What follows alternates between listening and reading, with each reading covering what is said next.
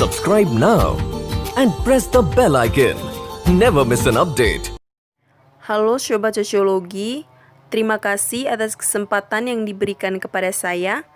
Perkenalkan, nama lengkap saya Oliva Tito dari kelas reguler sore B semester 7. Pada kesempatan ini, saya akan mengulas review buku yang ketujuh untuk memenuhi tugas perencanaan dan kebijakan sosial. Judul buku yang akan saya review yakni Health and Social Work, Praktik, Policy and Research, atau dalam bahasa Indonesianya yakni Kesehatan dan Pekerjaan Sosial, yang di dalamnya terdapat praktik, kebijakan, dan research. Buku ini merupakan karya dari Jane Hyman. Jadi langsung saja kita akan masuk dalam bab 1 yakni pengantar kesehatan dan pekerjaan sosial. Sepanjang sejarah, pekerjaan sosial telah memainkan peran yang signifikan dalam perubahan perawatan kesehatan dan sistem pengantaran. Dari pergerakan rumah pemukiman hingga saat ini, pekerja sosial profesional adalah bagian penting dari jalinan perawatan kesehatan, melayani beragam individu di seluruh rentan hidup, berlatih dalam berbagai pengaturan perawatan kesehatan, mengadvokasi untuk meningkatkan akses, dan menangani kebutuhan yang terus meningkat dari populasi yang paling rentan. Dalam bab ini menyoroti riwayat kesehatan dan pekerjaan sosial, termasuk peran pekerja sosial saat bekerja dengan populasi yang beragam. Ini menggarisbawahi kontribusi unik yang dibuat pekerja sosial dan tantangan yang mereka hadapi dalam praktik, kebijakan, dan penelitian. Berikutnya akan membahas mengenai perubahan fokus pada perawatan kesehatan. Pengeluaran untuk perawatan kesehatan di Amerika Serikat atau US seringkali berfokus pada perawatan dengan lebih sedikit penekanan pada pencegahan. Kondisi kronis yang tidak dapat menular dan dapat dicegah dapat terjadi dikaitkan dengan lebih dari 75% dari 32 triliun US dollar yang dihabiskan setiap tahun untuk perawatan medis, dengan hanya 3% dibelanjakan untuk pencegahan dan kesehatan masyarakat. Inisiatif baru telah menargetkan pengurangan biaya pengembangan model perawatan dan pencegahan. Pada dasarnya, sepanjang bab dalam buku ini banyak membahas mengenai yang pertama akses, yang kedua kontinum layanan, yang ketiga biaya, yang keempat pemberdayaan, yang kelima kesetaraan, yang keenam hasil, yang ketujuh pencegahan, dan yang terakhir yakni kualitas hidup. Berikutnya kita akan membahas kesimpulan dari bab 1 yakni pekerja sosial telah lama memegang peran penting dalam kesehatan dan perawatan kesehatan. Perubahan lengkap perawatan kesehatan membutuhkan advokasi dan kemajuan di lapangan. Hak atas kesehatan, kepedulian adalah hak asasi manusia yang sangat penting dan terus terjadi dan menjadi yang terdepan. Pekerja sosial bisa membantu mengubah sistem pemberian perawatan kesehatan yang cukup kolaborasi dengan individu, keluarga, komunitas, dan disiplin ilmu lainnya untuk memastikan kesehatan yang baik untuk semua anggota masyarakat. Para pekerja sosial juga mengakui martabat dan harga diri semua orang sebagai pengaruh lingkungan terhadap kehidupan manusia. Sebagai profesi yang terlibat langsung praktik, kerja advokasi, pengembangan kebijakan, dan penelitian sangat penting untuk meningkatkan sistem perawatan kesehatan di semua tingkat, termasuk fokus yang kuat pada pencegahan. Berikutnya kita akan masuk dalam pembahasan pada bab 2, yakni etika dan nilai di bidang kesehatan. Dalam nilai dan etika pekerjaan sosial, senantiasa menjadi pedoman kebijakan, praktik, dan penelitian di bidang kesehatan dan di bidang perawatan. Dengan menggunakan lensa nilai-nilai pekerjaan sosial, Bab ini dimulai dengan mengkaji sosial kebijakan kerja dan kebijakan pemerintah di bidang kesehatan, mengidentifikasi tantangan etika dan dilema, dan menerapkan model pengambilan keputusan etis bagi praktis yang ditangani. Selanjutnya akan membahas mengenai kode etik kerja sosial. Karena pekerjaan sosial adalah profesi berbasis nilai, penting bagi pekerja sosial untuk melihatnya pada standar apakah profesi telah dikembangkan untuk memadu kebijakan praktik dan penelitian di bidang kesehatan. Kode etik Asosiasi Pekerja Sosial Nasional atau NASU memberikan kerangka kerja utama untuk praktik etis bagi pekerja sosial. Meskipun kode NASU tidak secara spesifik menyebutkan kata kesehatan, nilai-nilainya dan prinsip dapat diterapkan pada praktik perawatan kesehatan. Semua nilai dan prinsip etika ini dimasukkan ke dalam praktik kerja sosial di bidang kesehatan.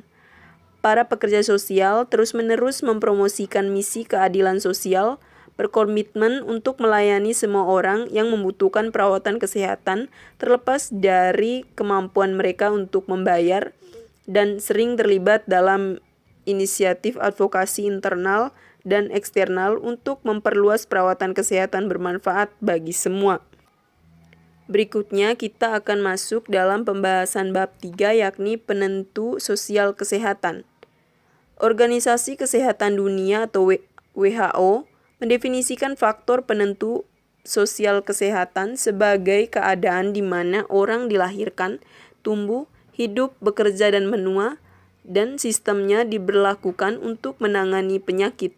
Keadaan ini pada gilirannya dibentuk oleh kumpulan yang lebih luas kekuatannya, yakni pada bidang ekonomi, kebijakan sosial, dan politik dalam Departemen Amerika Serikat. Pada kebijakannya, bukti telah terkumpul selama beberapa dekade terakhir yang menunjukkan bahwa lingkungan sosial, politik, ekonomi, dan budaya semua berdampak pada hasil kesehatan. Hal ini semakin diperkuat dengan penelitian yang telah membuktikan bahwa medis perawatan kesehatan itu sendiri tidak dapat memperbaiki efek kerusakan dari lingkungan sosial yang buruk.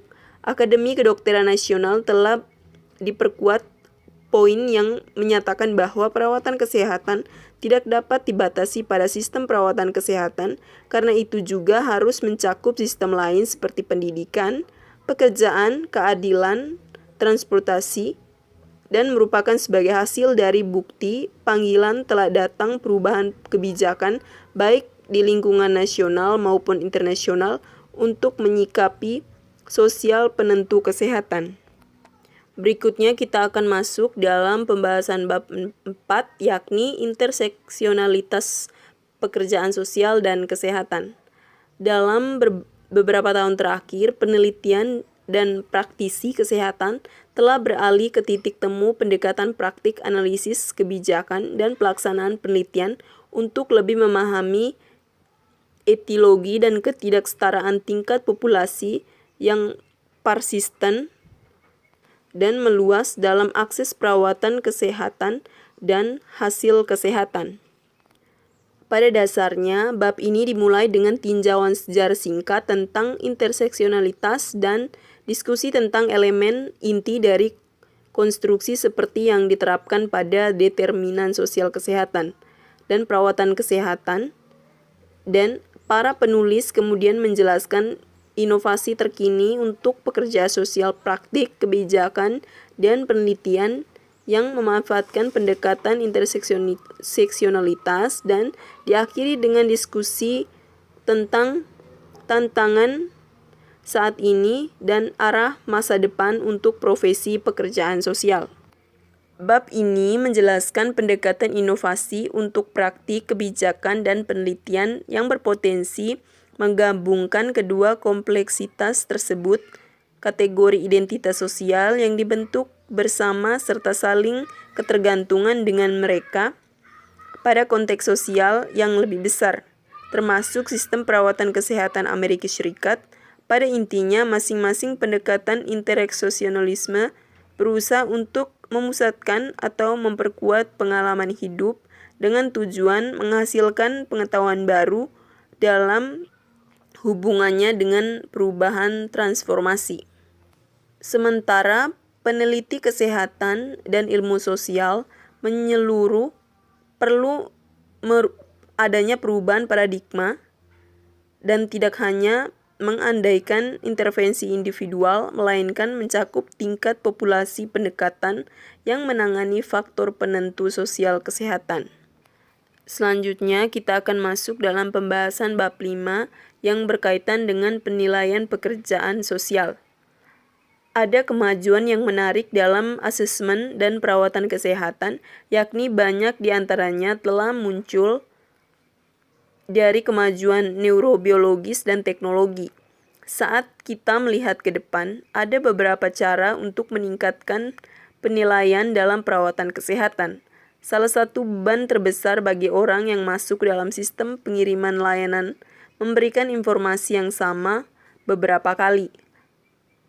Agak mengharapkan klien mengulangi informasi untuk setiap dependen, klien harus mengharapkan untuk menyelesaikannya penilaian terkomputerisasi satu kali dan membuat sistem penghasilan atau menghasilkan laporan masing-masing dependen.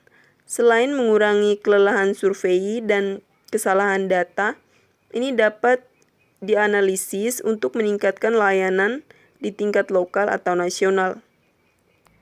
Di sisi lain, kebijakan pekerja sosial harus mengadvokasi perluasan undang-undang perizinan untuk memasukkan beberapa negara bagian agar bisa menggantikan yang telah terkomprehensif untuk layanan psikososial yang diberikan dan menggunakan teknologi perawatan kesehatan.